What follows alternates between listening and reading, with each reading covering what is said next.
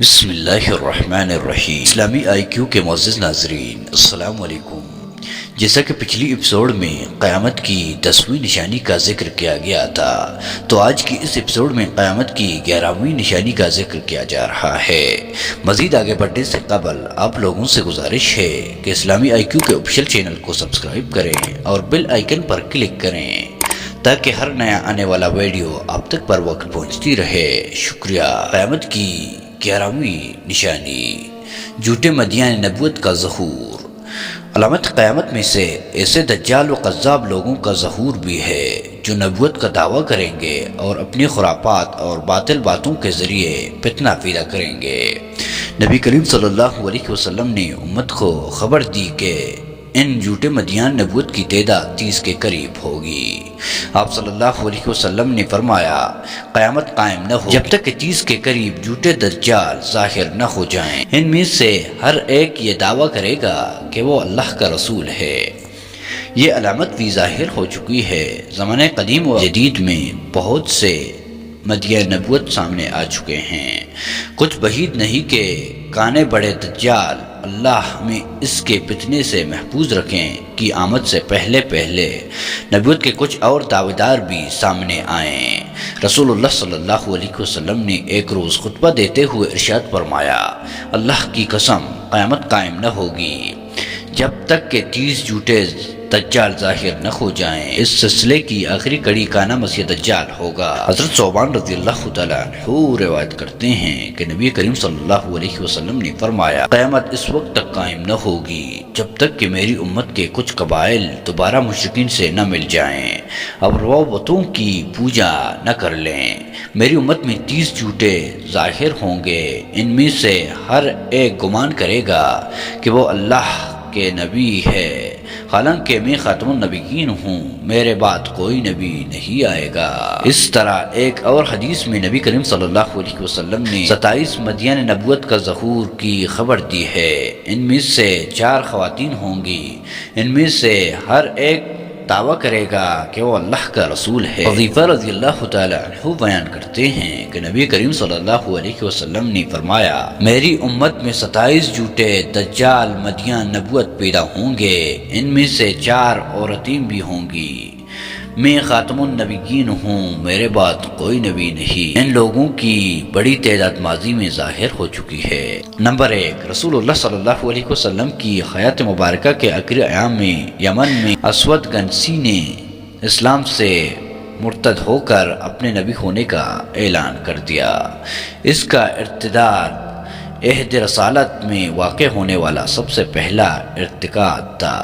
ان کے جنگجو ساتھیوں نے 3 یا 4 ماہ میں پیش قدمی کر کے یمن کے تمام علاقوں پر قبضہ کر لیا۔ نبی کریم صلی اللہ علیہ وسلم نے یمن کے مخلص مسلمانوں کی طرف پیغام ارسال کیا کہ وہ اس جھوٹے دجال کو قتل کر دیں۔ انہوں نے نبی کریم صلی اللہ علیہ وسلم کے حکم پر لبیک کہتے ہوئے اس کی بیوی کی مدد سے اسے قتل کر دیا۔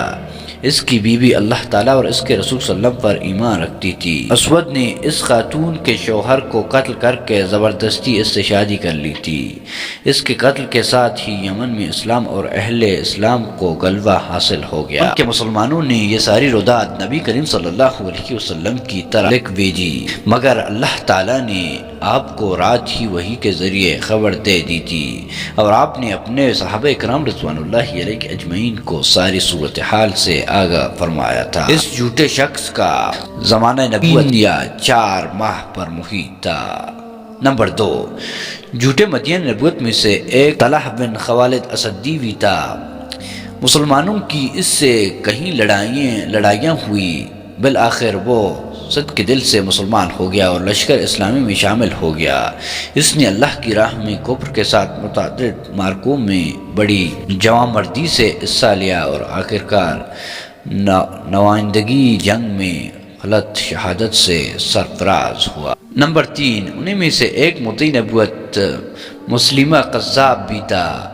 ان کا دعویٰ تھا کہ اس کے پاس صرف رات کے اندھیرے میں وحی آتی ہے۔ خلیفہ اول سیدنا ابو بکر صدیق رضی اللہ تعالیٰ عنہ نے مسلمہ کی سرخوبی کے لیے ایک لشکر حضرت خالد بن ولید، اکرمہ بن ابی جہل اور شرجیل بن حسنہ رضی اللہ تعالیٰ عنہ کی سربراہی میں روانہ کیا۔ مسلمہ نے اسلامی لشکر کا مقابلہ 40,000 جنگجوؤں کے ساتھ کیا۔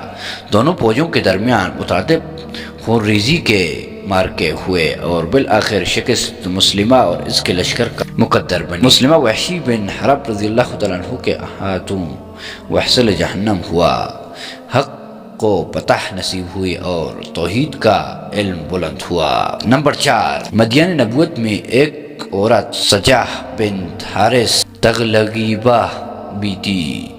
اس کا تعلق عرب کے عیسائیوں سے تھا۔ اس نے رسول اللہ صلی اللہ علیہ وسلم کی وفات کے بعد نبوت کا دعویٰ کیا۔ اس کے اپنے قبیلے کے اور دیگر قبائل کے لوگوں کی ایک کثیر تعداد اس کے ہم نوا بن گئی۔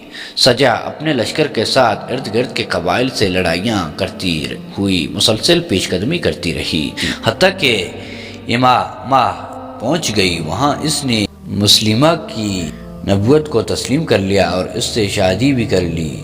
جب مسلمہ واصل جہنم ہو گیا تو وہ واپس اپنی قوم بنو تغلب میں چلی آئی۔